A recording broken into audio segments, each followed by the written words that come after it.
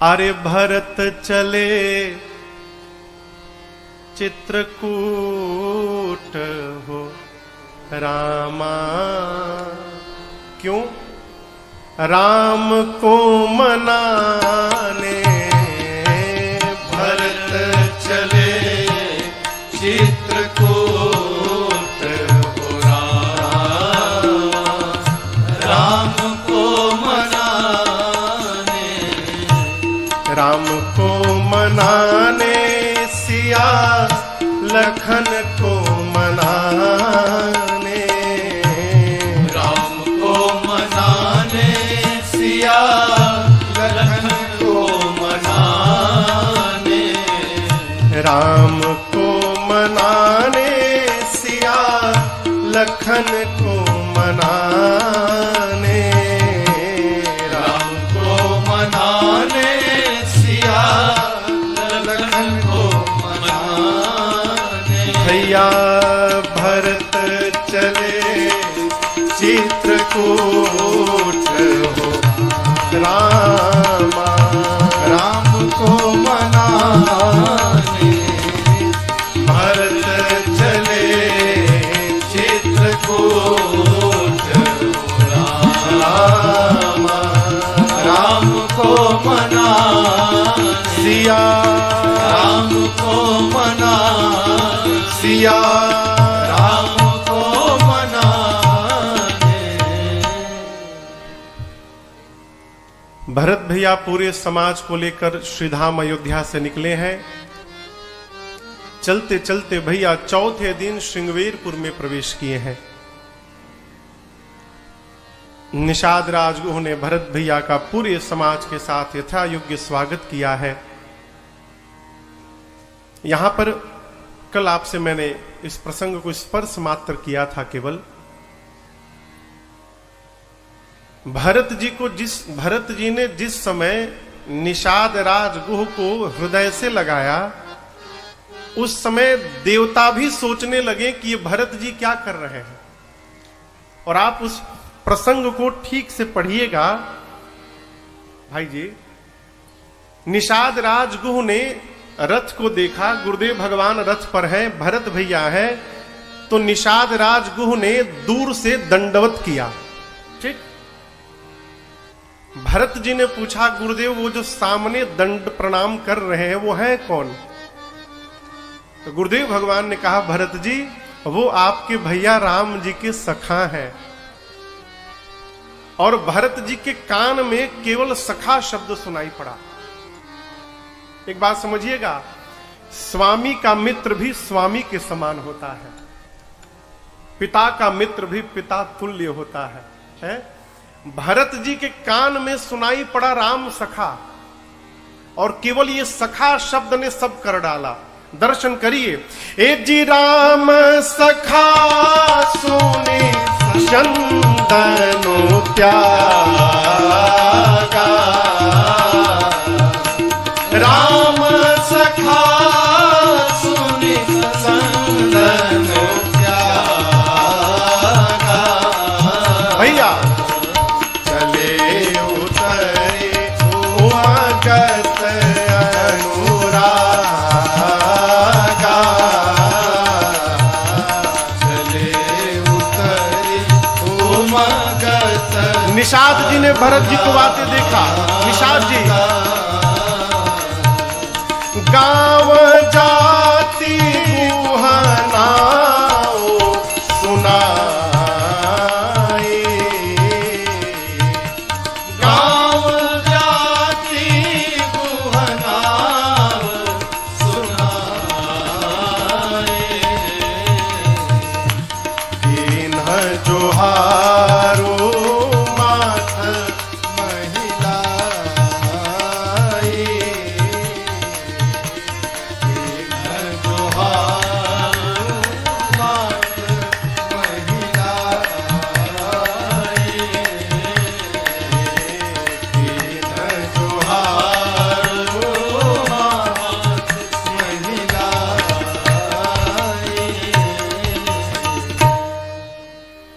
राम सखा सुनि स्यंदन त्यागा। जय हो जय हो। अग्रवाल जी हैं?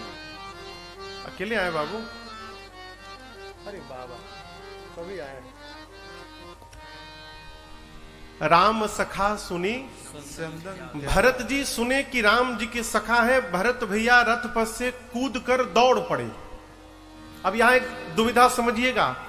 निषाद राजगुह भरत जी के आती हुई दशा को देखकर समझ गए कि भरत जी मुझे बिना स्पर्श किए मानेंगे नहीं, और उनको पता ही नहीं है कि मैं कौन हूं। मेरी परछाई भी पड़ने के बाद लोग शुद्ध होना चाहते हैं, भरत जी को पता नहीं है। अस्तु निषाद जी जोड़ जोड़ से अपने बारे में बताने लगे कि यदि भरत जी को मेरे बारे में पता चल जाएगा तो मेरे पास आएंगे नहीं। तो क्या बोले? गाव जाति गुह नाम सुनाई। अपना गांव बताया, अपनी जाति बताई, मैं मल्लाह हूं भरत जी, आप मुझे स्पर्श मत कीजिएगा। अपना नाम बताया और बारंबार अपने सिर को धरा में रखकर प्रणाम करने लगे। लेकिन एक बात आपसे कहूं, संबंध केवल सुनने के लिए नहीं है, संबंध मानकर जीवन पर्यंत उसका निर्वहन करने के लिए होते हैं। कहने के लिए थोड़ी संबंध है।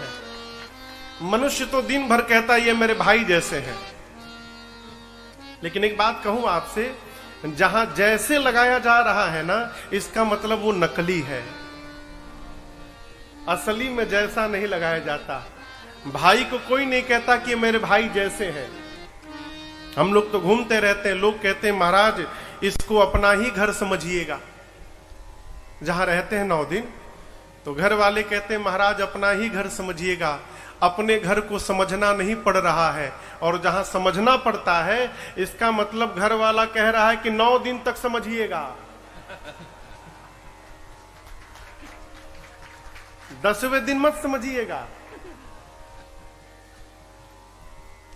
निषाद राजगुह अपने बारे में बताने लगे, लेकिन निषाद जी की बातें भरत जी के कानों तक पहुंच नहीं रही है। क्यों?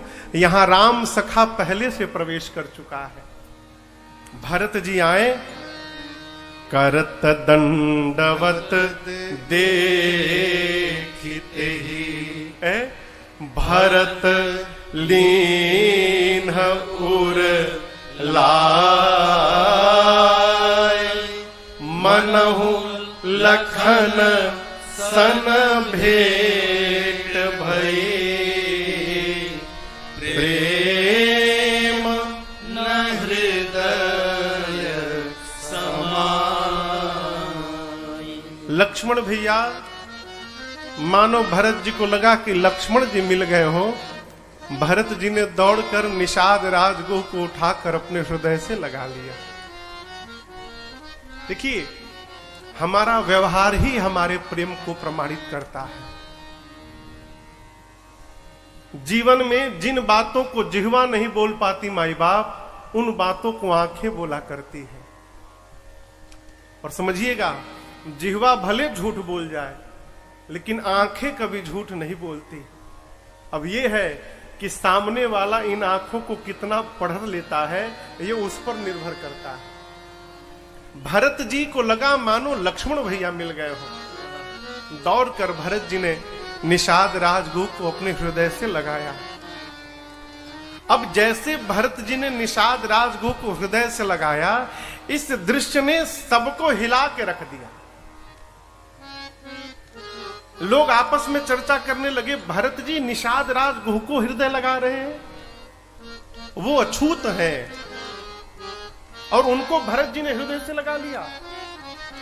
देवता भरत जी को धन्य धन्य कह के वर्षा करते हैं पुष्प की। अब यहां पर पूज्यपाद गोस्वामी तुलसीदास जी महाराज इस संशय का निवारण करते हैं। हमारे बिहार में ठीक गंगा जी के बगल में एक नदी है जिसका नाम है कर्मनासा। क्या नाम है? उस नदी की एक विशेषता क्या कहे, दुर्भाग्य कहे, नदी में जल नहीं है मीर भैया, पानी नहीं है, बालू है। लेकिन आप उस बालू में एक हाथ बालू निकालेंगे तो पानी ऊपर आ जाता है। और ऐसी मान्यता है, यदि कर्मनाशा नदी का जल स्पर्श मात्र हो जाए तो जीवन में आपने जितने सत्कर्म किए हैं सारे सत्कर्म समाप्त। कोई छूता तक नहीं है उसको, स्पर्श भया कि पुण्य गया आपका। पूज्यपाद गोस्वामी तुलसीदास जी कहते हैं, आप बताओ जिस कर्मनाशा नदी के जल को छूना तक मना है, यदि कोई उस कर्मनाशा नदी के जल को निकाल के और गंगा जी में डाल दे तो संसार में कौन होगा जो उस जल को उठाकर अपने सर पे नहीं रखेगा? है? कहने का अर्थ है, यहां एक और उदाहरण देते हैं। उल्टा नाम जपत जग जाना, वाल्मीकि भेद ब्रह्म समाना। राम राम कहना तो ठीक है, मरा मरा कहना ठीक है क्या हो? आपके घर में जो दिन भर मरा मरा कहेगा, आप भी उसको मारेंगे और चुप नहीं रहोगे। ये क्या मरने की बात करते हो दिन रात? वाल्मीकि जी से नारद जी ने कहा कि राम राम जपिए, बोले नहीं जप पाऊंगा। क्यों नहीं जप पाओगे? जीवन भर मरा मरा बोला हूं तो राम राम कैसे जपूंगा? मारने के बाद मैं अपने साथियों को जोर से आवाज लगाता था, मरा मरा, तो जीवन भर मरा मरा रटा हूं। नारद जी बोले ठीक है, तुम मरा मरा जपो। वाल्मीकि जी बोले काम करेगा?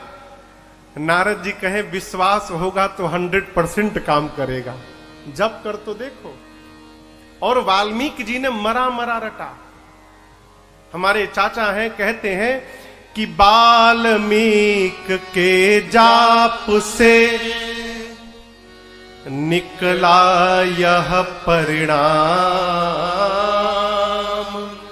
श्रद्धा होनी चाहिए, तुम मरा कहो या कोई अंतर नहीं पड़ता है। महापुरुषों के मुख से, गुरुओं के मुख से मैंने सुना है, एक बच्चा एक गुरु जी के पास गया तो गुरु जी नरसिम्ह नरसिम्ह जप रहे थे। तो चेला पूछा, गुरु जी ये कौन से भगवान है? बोले भगवान है बेटा नरसिम्ह भगवान, हमको दिखाई पड़ेंगे, दिखाई देंगे, तुम भी जपो। गौ चराता था वो, गौ मैया चराता था चेला। गुरु जी के यहां से मंत्र लेके चला, नरसिम्ह नरसिम्ह रटते रटते जा रहा था, अचानक ठोकर लगा, गिर पड़ा। अब इतना टेढ़ा नाम की नाम ही भूल गया वो, केवल सिंह याद रहा उसको, नरसिंह भूल गया। अब लगा सोचने गुरु जी कौन सा मंत्र दिए थे, नरसिंह यादे ना आवे, तो सिंह से सोचा कि बैल का सिंह होता है, तो बैल का सिंह रटने लगा। लेकिन जितनी निष्ठा से नरसिंह जपना था उतनी ही निष्ठा से वो बैल का सिंह भी जपने लगा हो, और उसको एक दिन भगवान ने साक्षात प्रकट होकर दर्शन दिया। हम क्या बोल रहे हैं ये महत्वपूर्ण नहीं है, हम कहां से बोल रहे हैं ये बहुत महत्वपूर्ण है। माई बाप किस भाव से बोल रहे हैं। वाल्मीकि जी ने उल्टा नाम जपा था, ब्रह्मर्षि बने। क्षमा करिएगा, छोटी जाति में जन्म लेकर कोई अछूत नहीं हो सकता है। मनुष्य का शरीर प्राप्त करके और जो भगवान का भक्त नहीं बन पाया, उससे बड़ा अछूत संसार में दूसरा कोई नहीं हो सकता।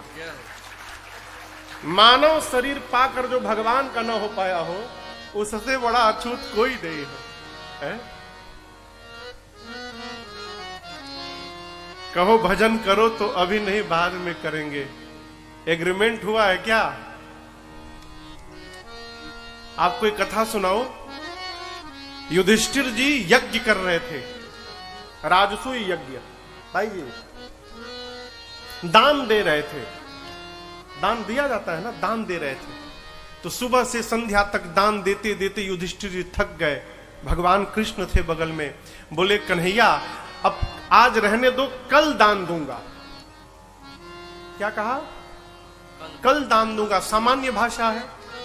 युधिष्ठिर जी ने जब ये बात कही कि कल दान दूंगा, तो भगवान कृष्ण उनके चरणों में लौट गए। युधिष्ठिर बोले, प्रभु आप क्या कर रहे हैं? भगवान बोले, आज तक मैं प्रभु था, आज के बाद आप प्रभु हैं। युधिष्ठिर चरणों को पकड़ लिए, प्रभु अपराध बताइए नाथ, मैं समझ नहीं पा रहा हूं। भगवान ने कहा, युधिष्ठिर तुमको यह पता चल गया ना कि कल तक तुम जीवित रहोगे? भगवान को छोड़कर भविष्य कोई नहीं जानता है। तुमको पता है ना कि कल तक तुम जीवित रहोगे, तभी तो तुम बोले कल दान करूंगा। यहां क्या भरोसा अगला सांस ले पावे कि ना ले पावे। अरे मानो तू है मुसाफिर, ये दुनिया है धर्मशाला। मानो तू है मुसाफिर, दुनिया है धर्मशाला। संसार क्या है सपना, वो भी अजब निराला। संसार क्या है सपना, वो भी अजब निराला। मानो तू है मुसाफिर, दुनिया है धर्मशाला।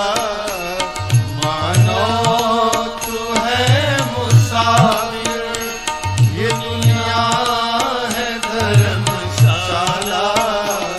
संसार क्या है सपना, वो भी अजब निराला। संसार क्या है सपना, वो भी अजब निराला।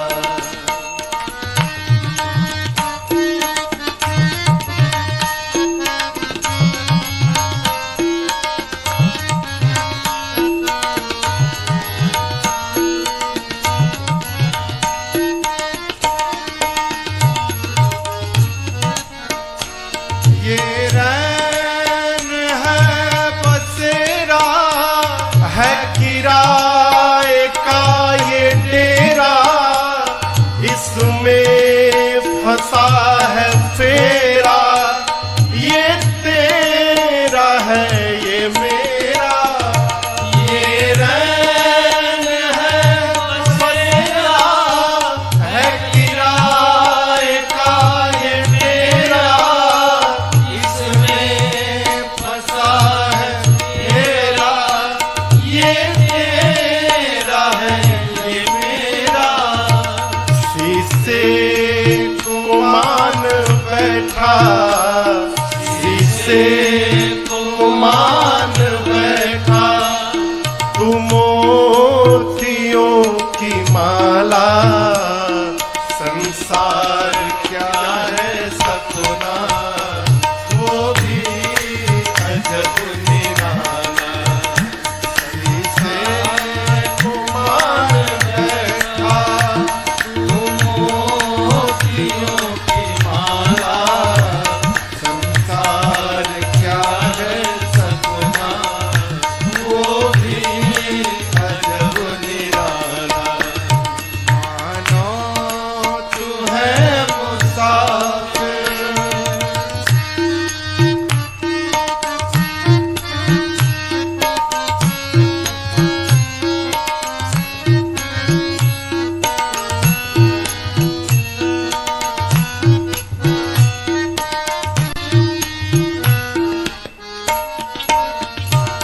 जन्मों का पुण्य संचित नर देह तूने पाया। कंचन और कामनी में इसे व्यर्थ ही गवाया। जन्मों का पुण्य संचित नर देह तूने पाया। कंचन और कामनी में इसे व्यर्थ ही गवाया। कौड़ी के मोल तूने, कौड़ी के मोल तूने हीरे को बेच डाला। कौड़ी के मोल तूने हीरे को बेच डाला। संसार क्या है सपना, वो भी अजब निराला। मानो तू है मुसाफिर, दुनिया है धर्मशाला। संसार क्या है सपना, वो भी अजब निराला। मानो तू है मुसाफिर।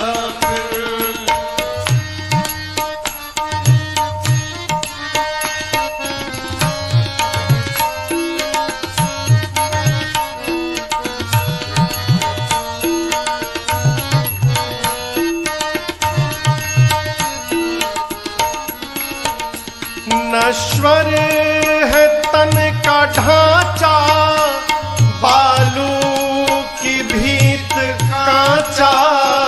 ऋषियों ने परखा जांचा, बस राम नाम साचा। नश्वर है तन का ढांचा, बालू की भीत कांचा। ऋषियों ने परखा जांचा, बस राम नाम साचा। छक करे तू पी शिकारी, छक कर तू भी शिकारी।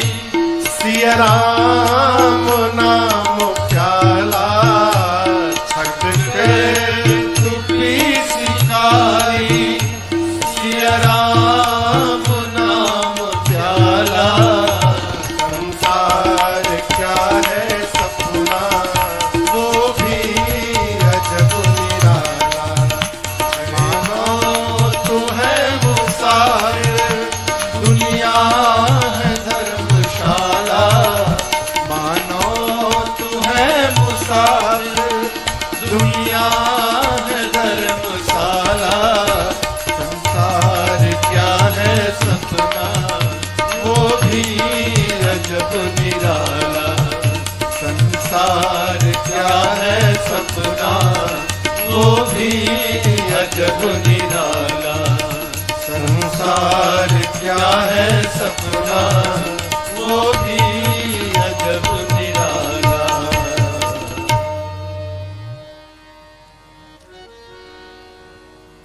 कौड़ी के मोल तूने इस हीरे को बेच डाला।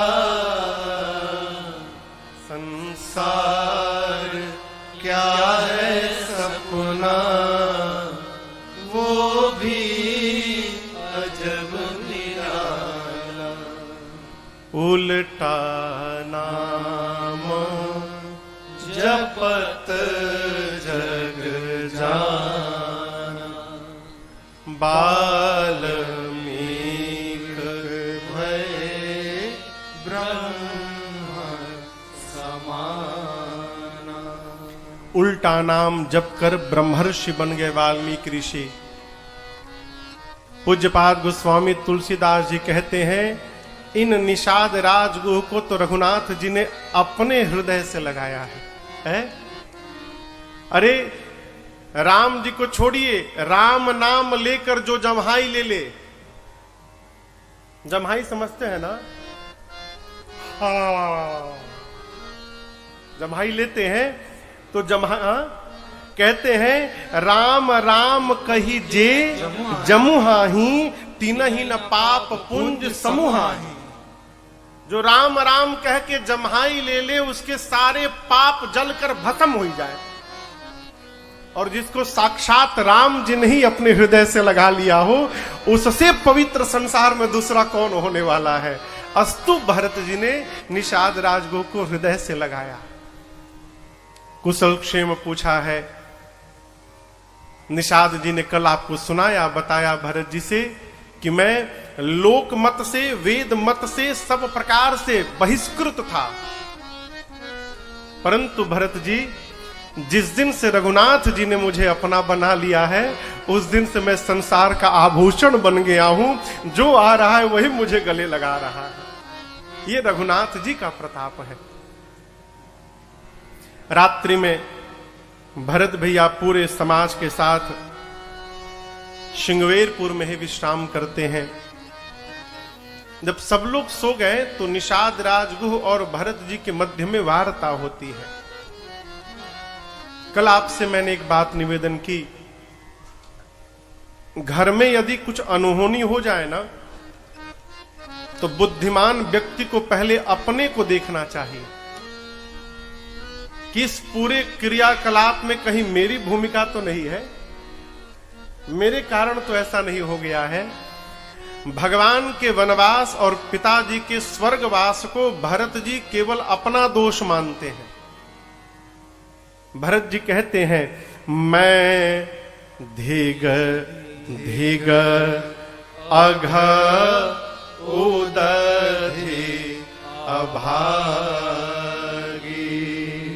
सब उत्पात भयउ जेहि लागी। धिक्कार है निषाद जी मुझको, मैं ही अभागा हूं जिसके कारण मेरे घर में सब उत्पात भया है।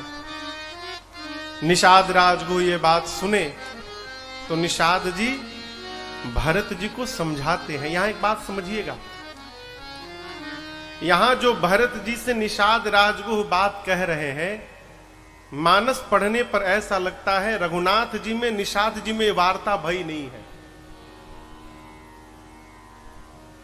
भगवान तो सो गए थे श्रृंगवेरपुर में, लेकिन यहां दर्शन करिए निषाद जी भरत जी से क्या कहते हैं। भरत जी, विधि बाम की करनी कठिन जेहि मातु इन्हीं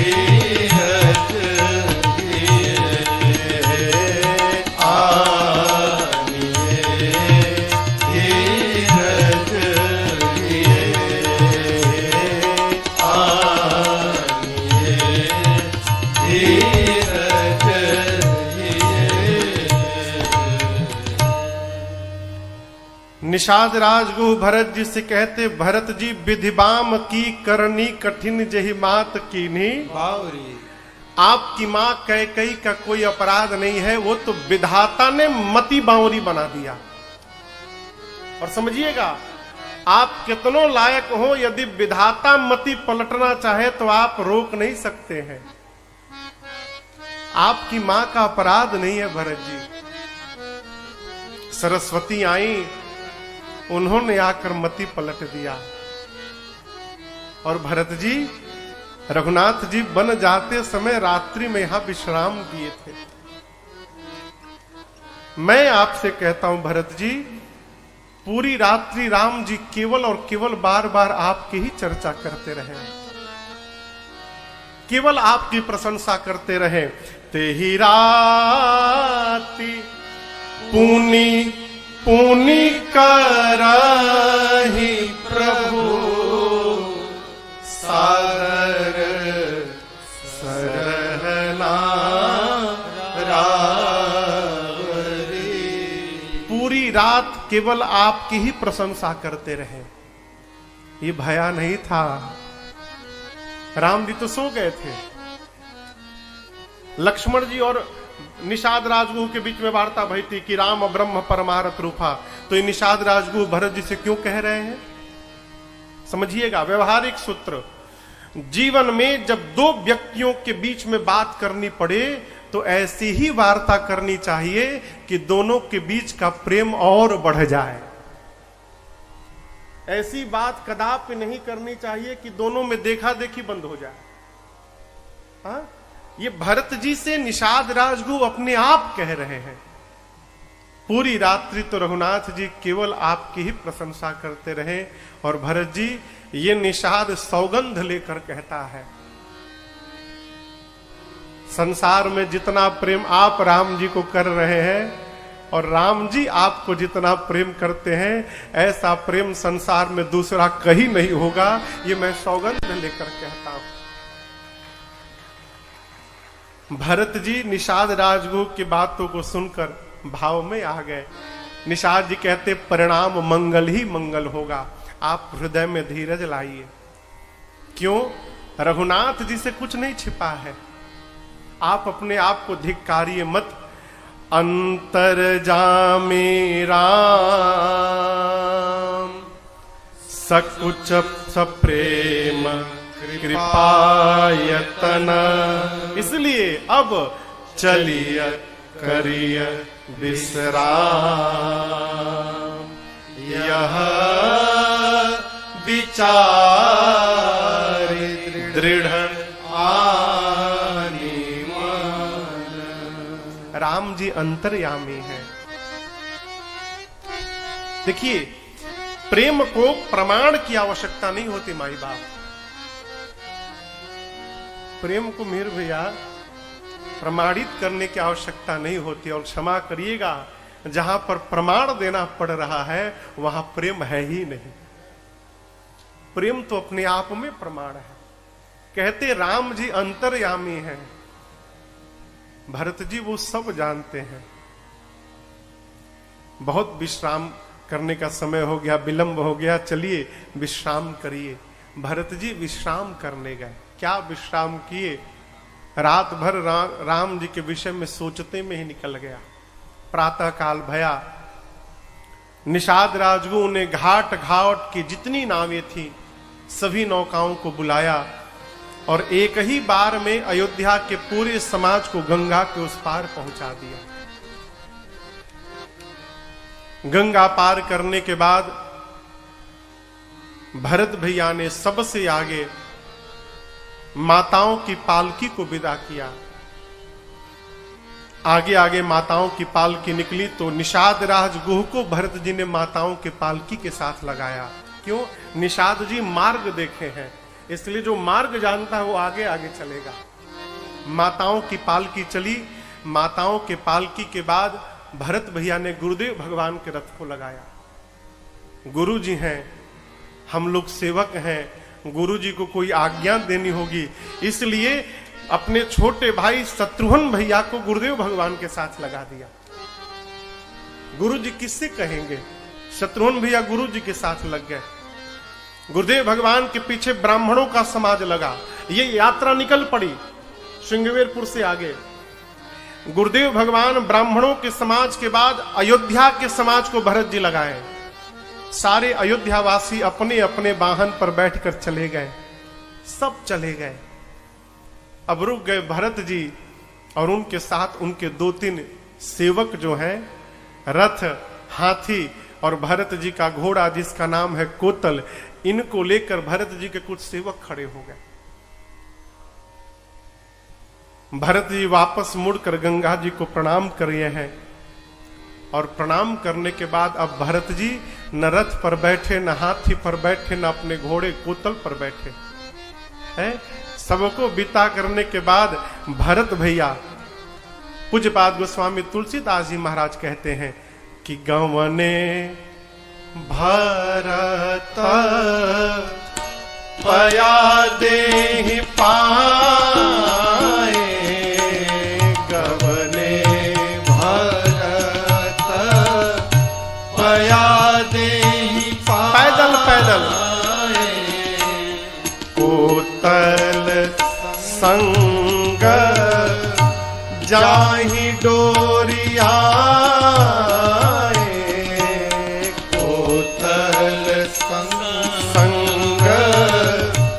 जाहि डोरिया, कहीं सुसेवक बारहि बारा, कहीं सुसेवक बारहि बारा, कोई अनाथ अश्व असवारा, कोई अनाथ अश्व असवारा, सिर भरी जाओ उचित असमोरा, सिर भरी जाओ उचित असमोरा, सबते सेवक धर्म कठोरा, सबते सेवक धर्म कठोरा, सबते सेवक धर्म कठोरा, सबते सेवक धर्म कठोरा।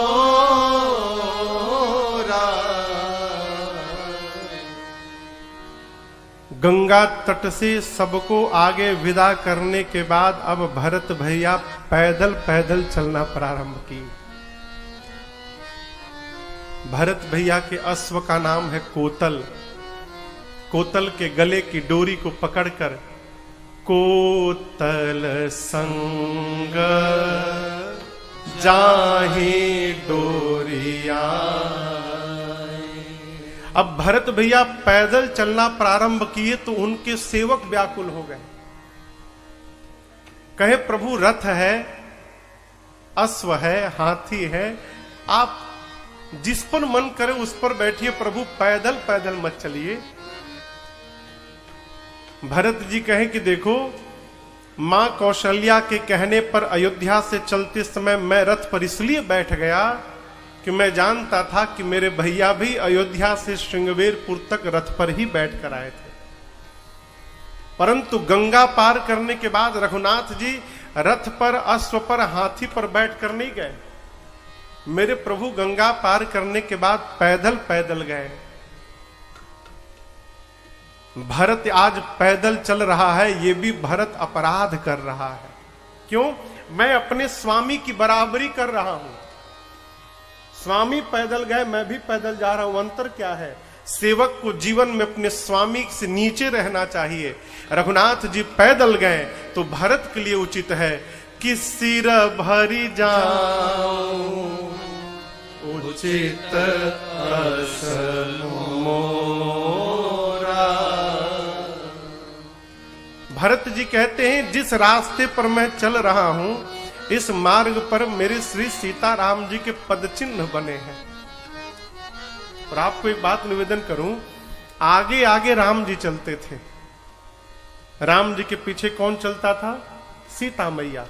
सीता मैया के पीछे लक्ष्मण भैया। राम जी चलते थे तो मार्ग में जितने कांटे दिखाई पड़ते थे, हम आप चलते हैं तो कांटों से पांव बचा बचा कर चलते हैं। रघुनाथ जी चलते थे तो कांटों पर पांव रख रख के चलते थे। क्यों? रास्ते के जितने कांटे हैं यदि राम के पांव में चुभ जाएंगे तो मेरे पीछे आने वाले मेरी सीता और मेरे भाई के पांव में एक भी कांटा नहीं चुभने पाएगा। इसलिए भगवान सारे कांटों को अपने में लेते गए। भगवान चलते हैं, भगवान के पीछे मेरी मां है, मां के लिए समस्या हो गई। भगवान के पद चिन्ह मेरी मां के लिए पूजनीय है। मां चल तो रही है लेकिन ध्यान रखती कहीं प्रभु के पद चिन्ह पर सीता के पांव ना पड़ जाए, अपराध हो जाएगा। तो दो पांव के बीच में से जो स्थान रिक्त बचता था, सीता मैया उन स्थान पर पांव रख के चलती थी। सीता मैया के पीछे लक्ष्मण भैया, उनके लिए और समस्या। लक्ष्मण जी के लिए दोनों पद चिन्ह पूजनीय। अब वो क्या करें? तो लक्ष्मण जी श्री सीताराम जी के पद चिन्हों को अपने शरीर से थोड़ा दाहिने रख के और उनके बगल से चलते थे। भरत जी सेवकों से कहना चाहते हैं कि देखो मेरे स्वामी पैदल पैदल गए हैं, मैं भी पैदल चल रहा हूं, ये स्वामी की बराबरी हो रही है। भरत के लिए उचित है यहां से लेकर जहां तक मेरे रघुनाथ जी हैं, इस मार्ग पर मेरे प्रभु के पद चिन्ह बने हुए हैं। मैं अपने सिर से उन पद चिन्हों को प्रणाम करते करते यहां से वहां तक जाऊं, इसलिए मेरा सिर पे चलना उचित है यहां पर। अब भरत जी की बात सुनकर सेवक ग्लानि में गल गए। क्यों? राम जी के सेवक भरत जी हैं, भरत जी के सेवक हम हैं। राम जी पैदल पैदल गए तो भरत जी बोल रहे हम सिर पे चलेंगे। यदि हमारे स्वामी सिर पे चलेंगे तो हम सेवक कैसे चलेंगे? ये सुनकर सेवक देखी भरत गति असुनी मृदु बानी, सब सेवक गण गरही गलानी। राम सिया का उच्चारण करते करते भरत जी दिन के तीसरे पहर में तीर्थराज प्रयाग में प्रवेश किए। अब समझिएगा, भरत जी के आगे जितने लोग गए हैं वो वाहन पर गए हैं, ठीक। भरत जी पैदल गए हैं, वाहन वाले पहले ही पहुंच गए। तो पहले ही प्रयाग में जाकर सभी लोग स्नान कर लिए हैं। स्नान करके सब विश्राम में है। और सबसे पीछे भरत जी पहुंचे। भरत जी के पांव की दशा कैसी हो गई? बाबा कहते हैं झल का झलकत पायन कैसे, झलका झलकत पायन ऐसे, पंकज कोश ओश कर जैसे, पंकज कोश ओश कर जैसे, भरत पया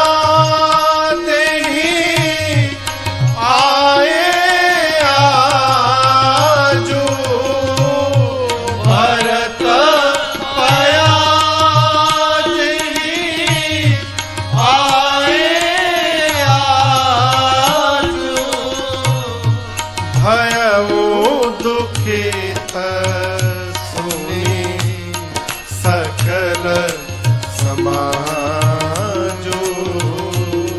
भयऊ दुखित सुनी सकल समाजो।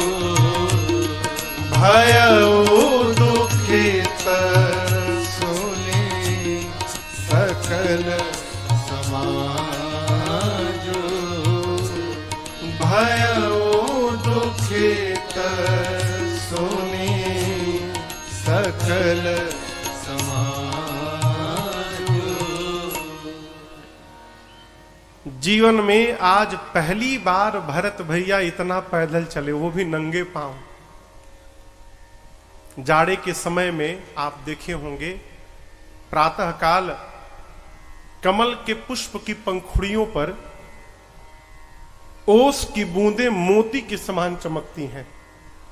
देखे होंगे आप लोग। यहां गोस्वामी जी कहते हैं जैसे कमल के पंखुड़ियों पर ओस की बूंदें चमकती हैं, उसी प्रकार भरत भैया के पांव में छाले चमकने लगे। पूरा पांव छालों से भर गया है।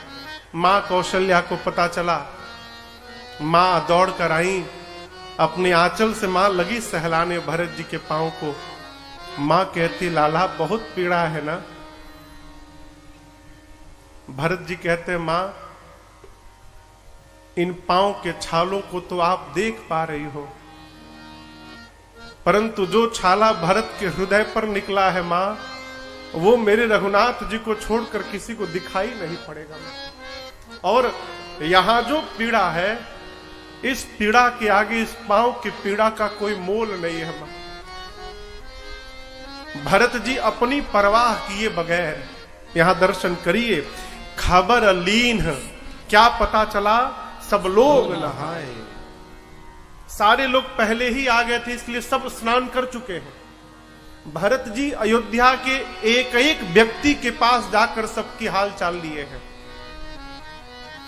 ये प्रसंग कहता है माई बाप जो मुखिया होता है ना, मुखिया को बीमार पड़ने का कोई अधिकार नहीं है।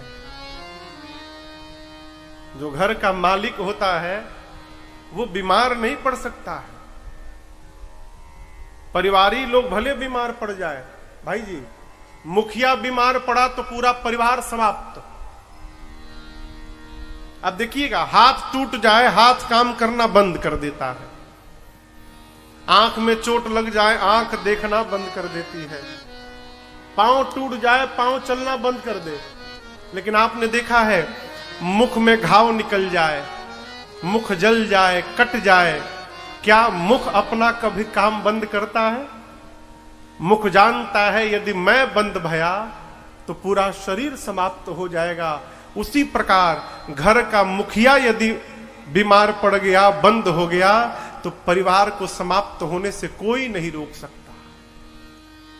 आज भरत जी मुखिया के रूप में हैं, इसलिए अपनी परवाह किए बगैर खबर लीन सब लोग नहाए।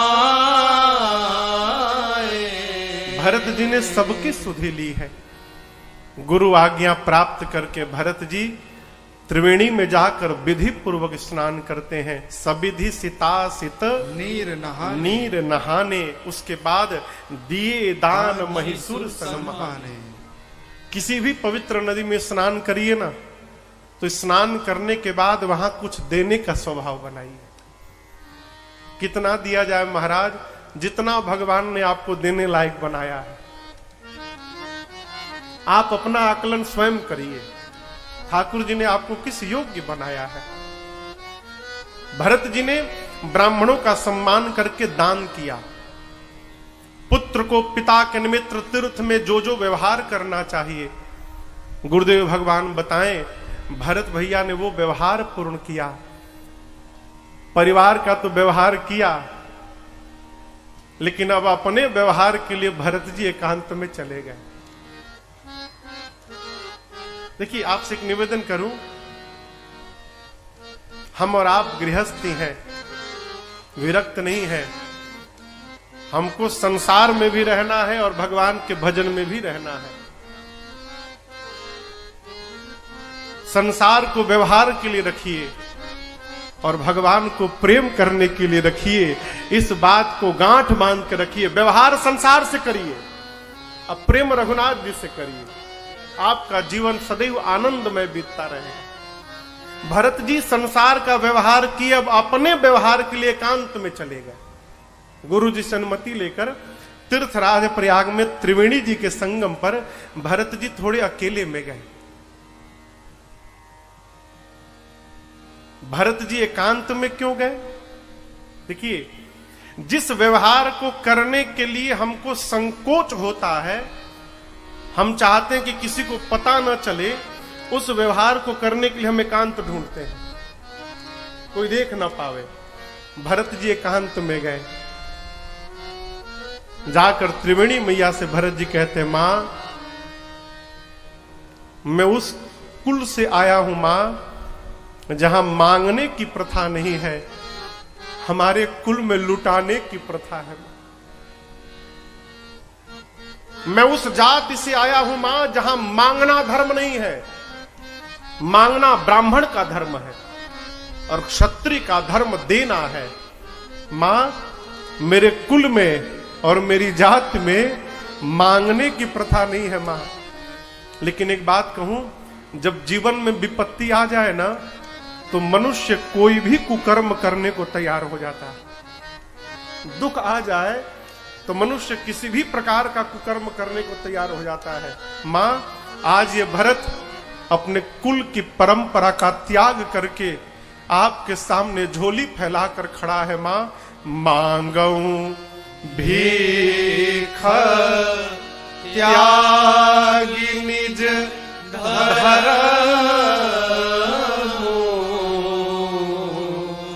आरत काह न करई कुकर्म। मैंने आज तक किसी से नहीं मांगा मां। भरत जी कहते, मैंने जीवन में पहली बार किसी के सामने हाथ फैलाया है मां। अकारण नहीं फैलाया हूं। मैं जानता हूं सकल काम प्रद तीरथ राव। मैं जानता हूं आप मनुष्य के जीवन के समस्त कामनाओं को पूर्ण करने की शक्ति रखते हैं। आपसे जो मांगा जाए आप दे सकते हैं, ये जानकर मैं आपसे भीख मांगने आया हूं। भरत जो मांगेगा आप देंगे ना? तीर्थराज प्रयाग जी ने कहा, भरत जी मांग लीजिए। चारि पदार्थ भरा भंडारो। मेरे पास धर्म है, मेरे पास अर्थ है, मेरे पास काम है, मेरे पास मोक्ष है। कहिए, अर्थ धर्म काम मोक्ष में क्या चाहिए आपको? जो मांगिएगा दूंगा। भरत जी बोले, अर्थ का नाम मत लीजिएगा। कैकेयी ने भरत के लिए अर्थ मांगा, मेरे घर में अनर्थ हो गया। देखिए, जीवन में अर्थ उतना ही होना चाहिए जिससे घर में अनर्थ न प्रारंभ हो जाए। घर में जब बहुत अर्थ हो जाता है ना, तो वो अर्थ ही अनर्थ करा डालता है। जीवन में भगवान से कहिए, प्रभु जीवन की समस्त कामनाओं को पूर्ण मत करिएगा। जीवन में कोई न कोई अभाव होना बहुत आवश्यक है। क्यों? अभाव में स्वभाव सदा रहता है, और यदि अभाव नहीं हुआ ना, तो स्वभाव को बिगड़ने में समय नहीं लगता है। भरत जी कहते हैं, मुझे अर्थ नहीं चाहिए। इस अर्थ ने अनर्थ करके रख दिया। धर्म बचाते बचाते पिताजी चले गए। धर्म की रक्षा में मेरे बड़े भैया घर को छोड़ के चले गए। जिस धर्म ने भरत के घर को तोड़ के रख दिया, भरत का उस धर्म से कोई लेना देना नहीं। काम, कैकेयी ने कामना की थी कि उसका बेटा राजा बनेगा। भिखारी बन के खड़ा हूं मैं, भिखारी बन गया। अब मोक्ष, मैं सगुण उपासक हूं। तीर्थराज प्रयाग जी, सगुण उपासना करने वाला जीवन में कभी मोक्ष की कल्पना नहीं करता है। मुझे आपसे न अर्थ चाहिए, न धर्म चाहिए, न काम लेने आया हूं, न आपसे मोक्ष की याचना करने आया हूं। मुझे चारों में से कुछ नहीं चाहिए। भरत जी की ये बात सुनकर तीर्थराज प्रयाग संकोच में पड़ गए। मेरे पास यही 4 वस्तु देने के लिए है, और जो मेरे पास है वो भरत जी को चाहिए ही नहीं, तो अब मैं भरत जी को दूंगा क्या? तीर्थराज प्रयाग ने पूछा, भरत जी आपको क्या चाहिए?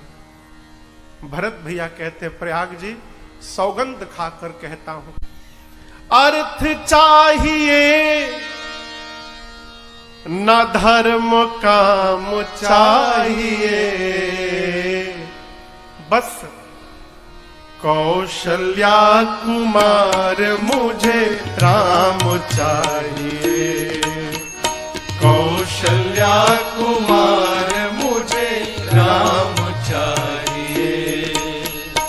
अर्थ चाहिए न धर्म काम चाहिए, अर्थ चाहिए न धर्म काम चाहिए। कौशल्या कुमार मुझे राम चाहिए। कौशल्या कुमार मुझे राम चाहिए।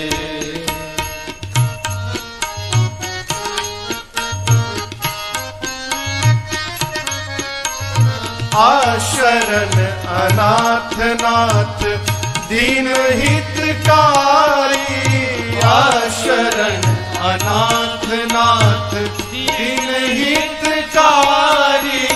चाहिए विप्रबधो पाप शाप हारी, चाहिए विप्रबधु पाप शाप हारी। जानकी जीवन पूर्ण काम चाहिए, जानकी जीवन पूर्ण काम चाहिए। कौशल्या कुमार मुझे राम चाहिए। कौशल्या कुमार मुझे राम चाहिए।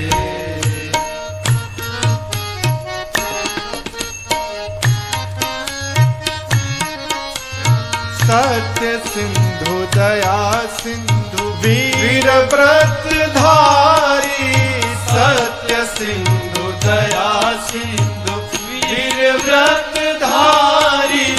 चाहिए चित्रकूट कानन बिहारी, चाहिए चित्रकूट कानन बिहारी। पर ब्रह्म भाव में विराम चाहिए, पर ब्रह्म भाव में विराम चाहिए। कौशल्या कुमार मुझे राम चाहिए। कौशल्या कुमार मुझे राम चाहिए।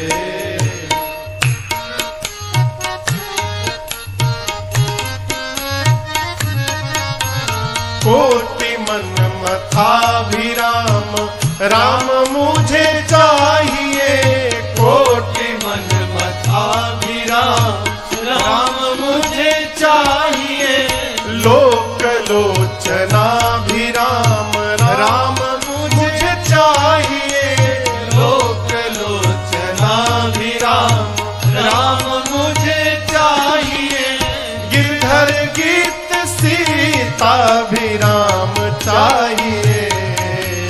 गिरधर गीत सीताभिराम चाहिए। कौशल्या कुमार मुझे राम चाहिए। कौशल्या कुमार मुझे राम चाहिए। अर्थ चाहिए न धर्म काम चाहिए। अर्थ चाहिए न धर्म काम चाहिए। कौशल्या कुमार मुझे राम चाहिए। कौशल्या कुमार मुझे कौशल्या कुमार मुझे राम चाहिए, कौशल्या कुमार मुझे राम चाहिए।